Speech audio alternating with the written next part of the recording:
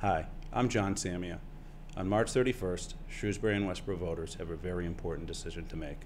On that date, we elect our next state representative to represent us at Beacon Hill. We need a candidate with the experience to be able to hit the ground running, make sure that we have a seat at the table, and best represent us. We need someone who has the ability to listen, collaborate, and get results. Most importantly, we need someone to represent us who knows us and understands his constituents. I believe that Jason Palitsch will best be able to represent Shrewsbury and Westboro as our next state representative. I'd like to introduce Jason. Jason, welcome. John, thanks so much for having me today. As I mentioned in my introductory remarks, I think it's very important to understand your constituents to be able to effectively represent them. You grew up in Shrewsbury, your family moved here when you were a very early age. Could you talk about that and how growing up in Shrewsbury has affected you? Certainly, and as someone who grew up in Shrewsbury yourself, and like me as a product of Shrewsbury Public Schools, I know you understand the value of that. I've always been somebody who's been drawn to public service. I got involved, obviously, when I was very young.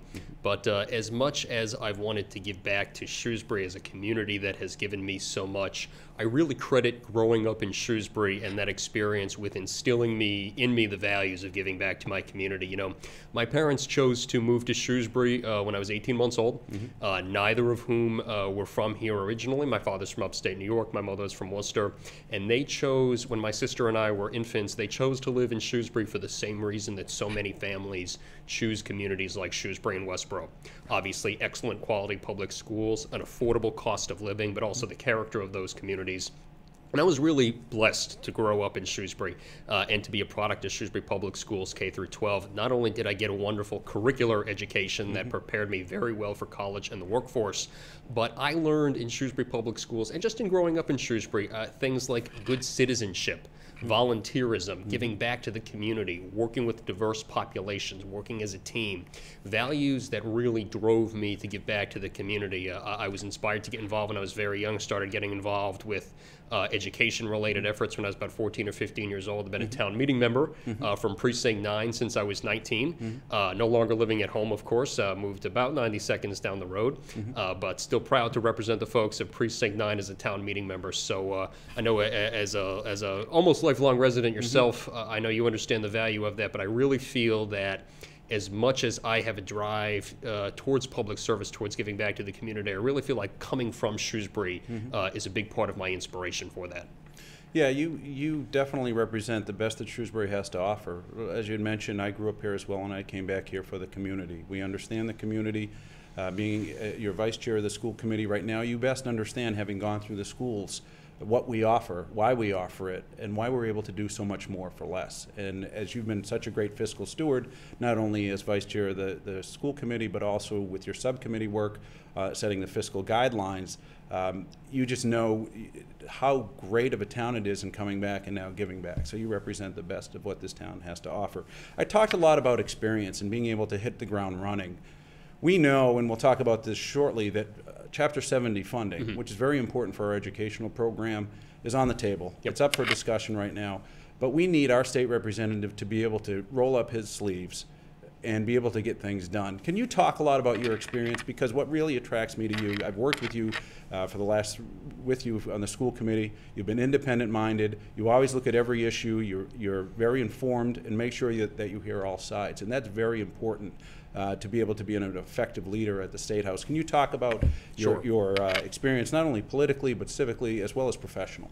Certainly. So experience that I have that makes me unique in this race. I served for 3 years as a legislative aide to our state senator, Mike Moore, who represents the people of the 2nd Worcester District, which of course includes the town of Shrewsbury.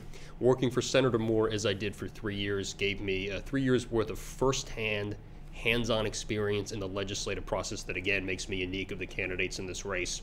I've drafted legislation. I've gotten co-sponsors for legislation. I've gotten bills through the committee process, seen them to the floor. I have taken what we in the legislature call constituent services calls, which are when a resident of the district is having an issue with state government. They're having a problem and they're looking for someone to help them navigate the bureaucracy of state government. They turn to their state legislator for help and guidance. And those calls can be anything from a senior citizen or a widow looking for help accessing a deceased spouse's veterans benefits, to a small business owner who has an issue with a regulatory agency.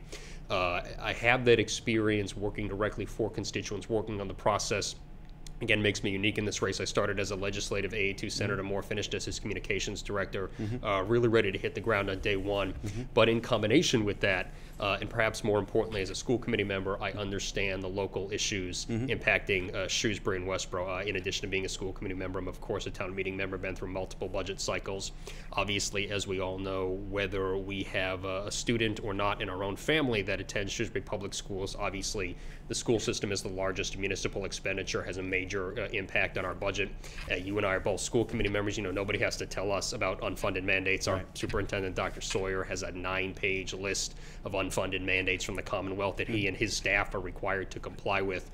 So that 1-2 punch combination of experience of having worked in the legislature, but more importantly, being a local official, knowing the issues of our communities like the back of my hand, makes me really well prepared professionally. Of course, now I do public affairs for Veterans, Inc., which is a 501c3 nonprofit that serves veterans in need and their families based in Worcester, but many folks are familiar with the facility that they have on South Street in Shrewsbury as well. And working as an advocate for Veterans, Inc. has given me experience with a lot of issues that are of particular concern in the veteran community, but also we're starting to see more prominently in the broader community as well, things from homelessness, emergency housing, access to employment, access to job training programs, and substance abuse, and also access to mental health services as well. So that's professional experience that I'm ready to bring to the table in representing our district as well. Also, talk a little bit about your volunteer experience. You've done a lot of great things for our community, and you're actively involved. Can you talk about that as well, in addition to the political end about... Certainly.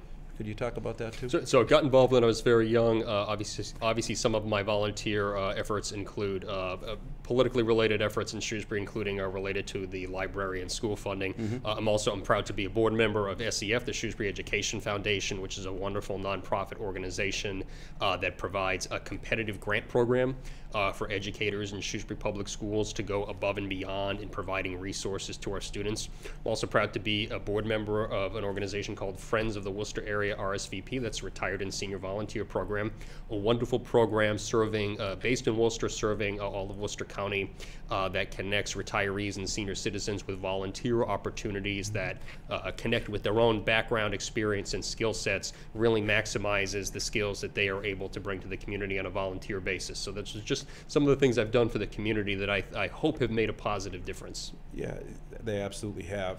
You know, the way I look at this election for a state representative, it's a local election. You need to be in tune with your constituents and have a constant presence, which you've had.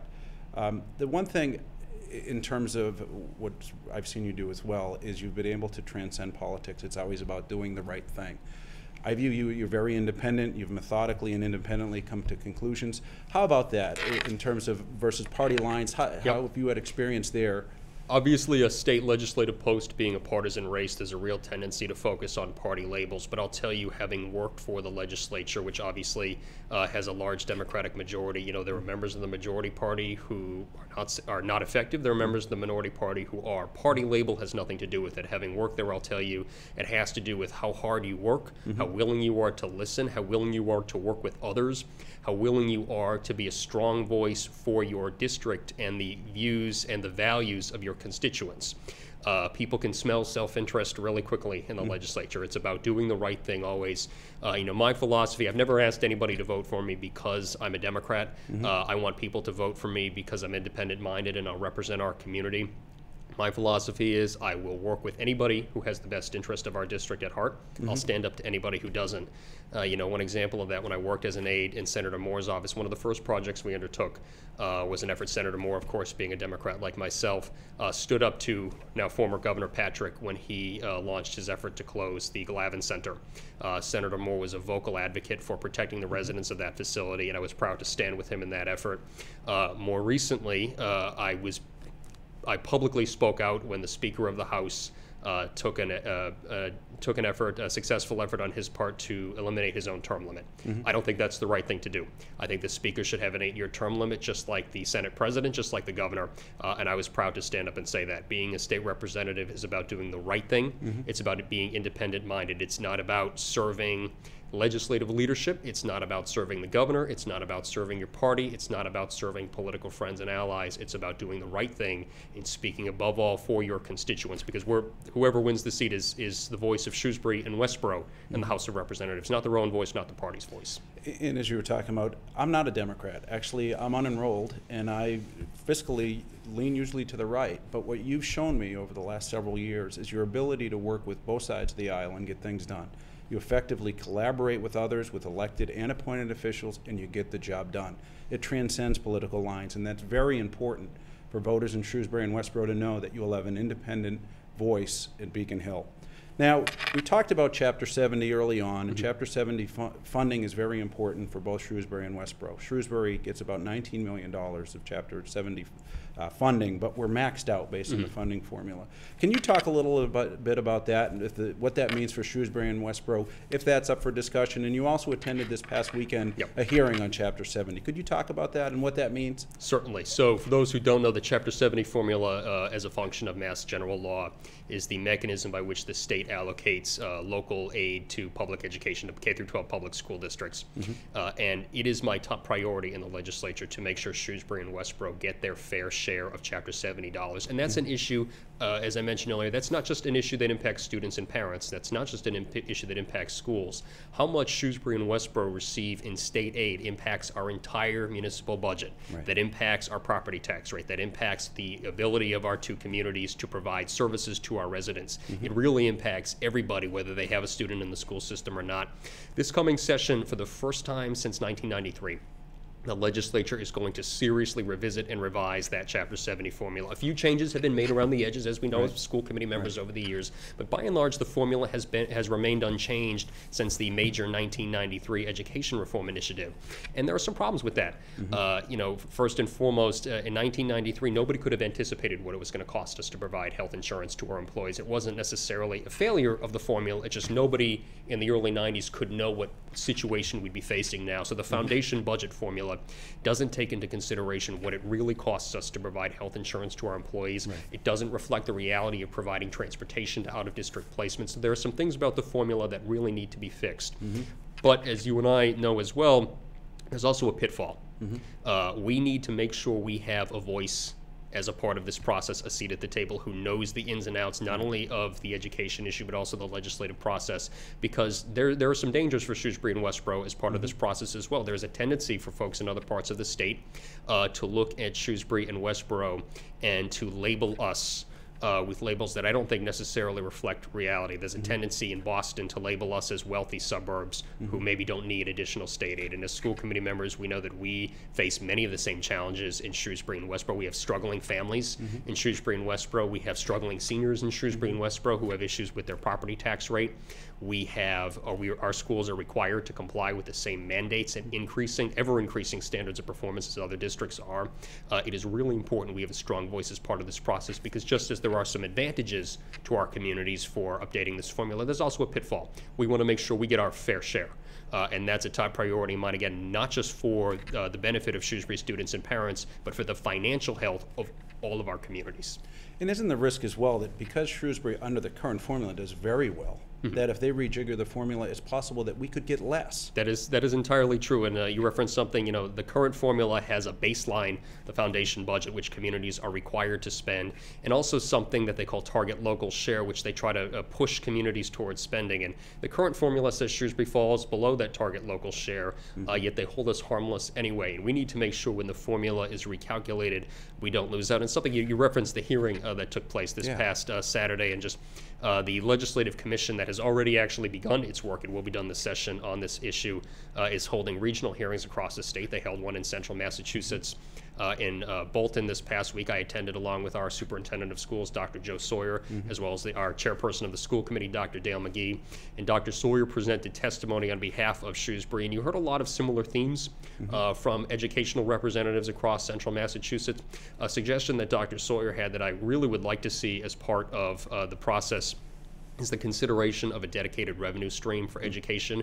We have seen different aspects of educational funding, and in particular circuit breaker, fall prey to budgetary constraints year to year. Obviously, this Commonwealth is going through tough fiscal times. We have seen in previous difficult budget cycles millions and millions of dollars cut from educational aid at the state level, which negatively impacts us. And Dr. Sawyer had suggested considering a dedicated revenue stream, not a new revenue stream, not new taxes, but dedicating a portion of the state's existing revenues towards education, the same way the first penny off the sales tax goes to fund the MSBA, the Mass School Building Authority. And I think that that is a wonderful idea, because right now, with educational aid becoming a pawn or a tool during budget deliberations every year, our budget is essentially held hostage until the state finishes its work. So that's one thing that came out of that hearing that I thought was a wonderful suggestion. I was glad Dr. Sawyer made it, and I'm going to fight to make sure it remains part of the conversation. Okay. No, that's very important. I mean, I've been involved with the schools committee since late 2006, and we've talked about the formula for a long time. And the Department of Revenue came, Dr. Shrewsbury, and mentioned, you're doing very well relative to other districts. So we do have real risks here, and it's important that as soon as we get to Beacon, someone goes to Beacon Hill, you go to Beacon Hill, that we have someone immediately that can hit the ground running and adequately represent both Shrewsbury and Westboro. Excellent. Yep, definitely.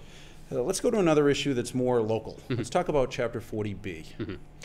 A major issue that's impacted or going to impact Shrewsbury. Obviously, 40B, for those who don't know, is a state law. It's been on the books since about the 1970s. It's designed to foster the creation of affordable housing.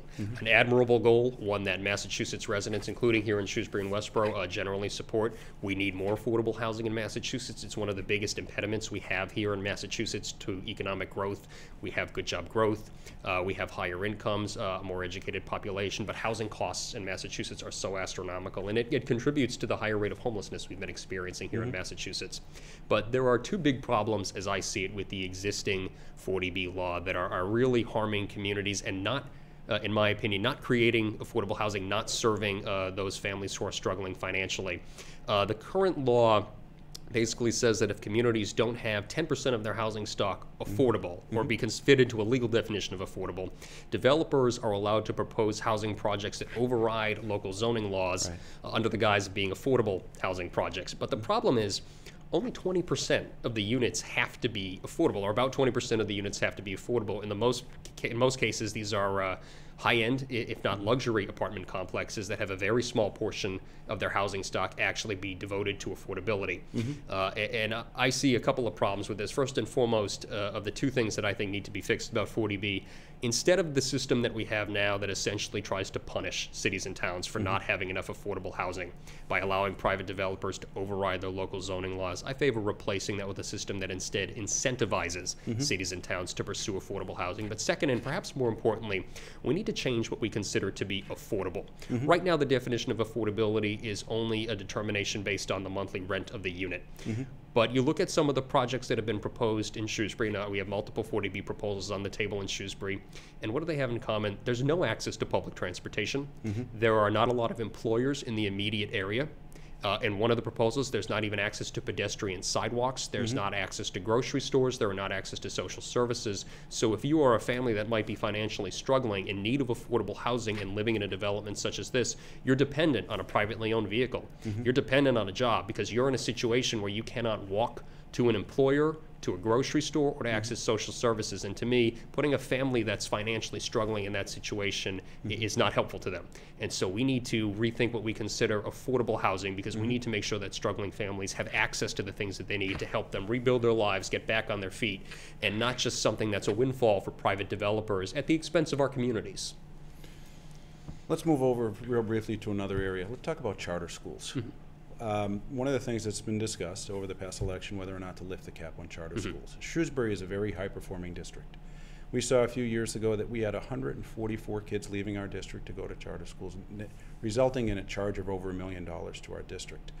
What is your thought? Originally, when education reform ultimately put this in place, it was to foster innovation. But for high-performing districts like Shrewsbury, it doesn't seem quite equitable when you're losing so many kids from your district. And it's really profit that we're losing, right? If you go from 27 to 26 kids in your classroom, what are you saving, a book?